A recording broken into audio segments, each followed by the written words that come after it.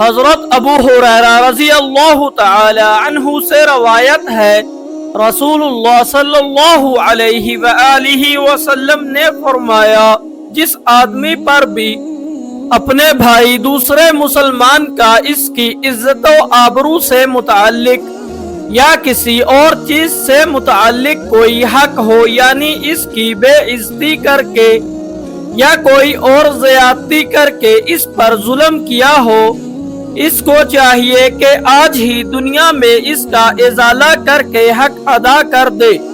قبل اس کے کہ وہ دن آ جائے جس دن میں ازالہ کے لیے کسی کے پاس دینار و درہم نہیں ہوں گے،